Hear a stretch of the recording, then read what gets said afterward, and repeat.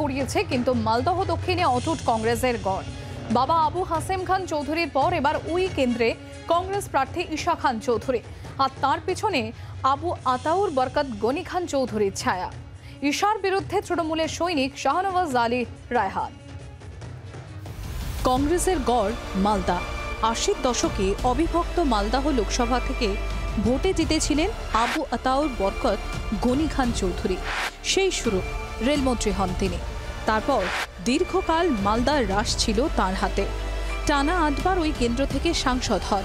২০০৬ সালে গনি খানের মৃত্যুর পর উপনির্বাচনে সেখানে কংগ্রেস প্রার্থী করে তার ভাই আবু হাসেম খান চৌধুরী ওরফে ডালুবাবুকে।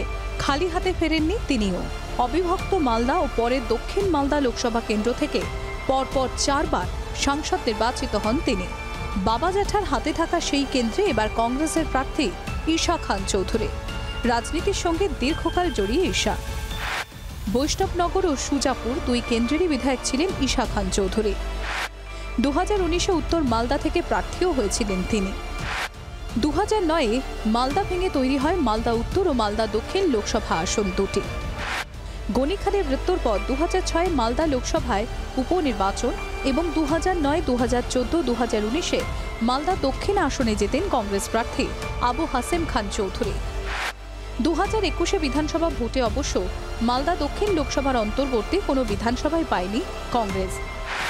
মানিকচক, মোথাবাড়ি, সুজাপুর, বৈষ্ণবনগর, ফারাক্কা ও শামশেরগঞ্জে জয়ী হয় তৃণমূল কংগ্রেস। ইংরেজবাজার দখল করে বিজেপি। জোর কদমে প্রচার চালাচ্ছেন ঈশা। তার দাবি, মালদার মাটি কংগ্রেসের আর কারণ নয়।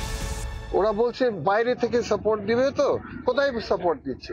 ওরা ৩ নম্বরে আছে মালদা, ওরা ৩ নম্বরে, ১ নম্বরে নেই, ২ নম্বরে নেই। তো এরকম ভোট কাটোয়া বলছে, এরা তো ভোট, এদের কোনো বেস নেই।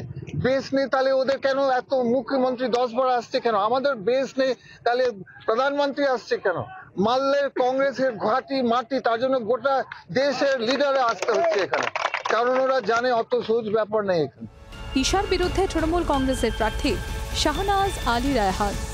কংগ্রেস তো আর নেই, কংগ্রেসকে তো দেখতে পাচ্ছি না। তারা তো মানে খুব তাড়াতাড়ি রেস থেকে ছিটকে গেছে। আমার ব্যক্তিগত মূল্যায়ন যেটা, যে কংগ্রেস আর রেসে নেই।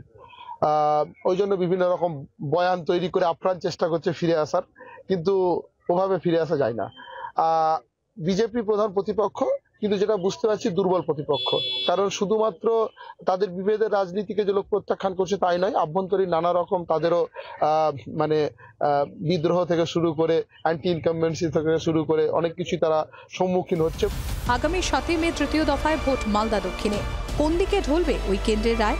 জনশ্রুতি, সেখানে প্রতি ভোটেই দীর্ঘ হয় গনি খানের ছায়া, প্রভাব বাড়ে কোতোয়ালি বাড়ির। মালদা থেকে রণজয় সিংহের রিপোর্ট, জি২৪ ঘন্টা। বাংলার আওয়াজ, বাঙালির আবেগ, জি২৪ ঘন্টা।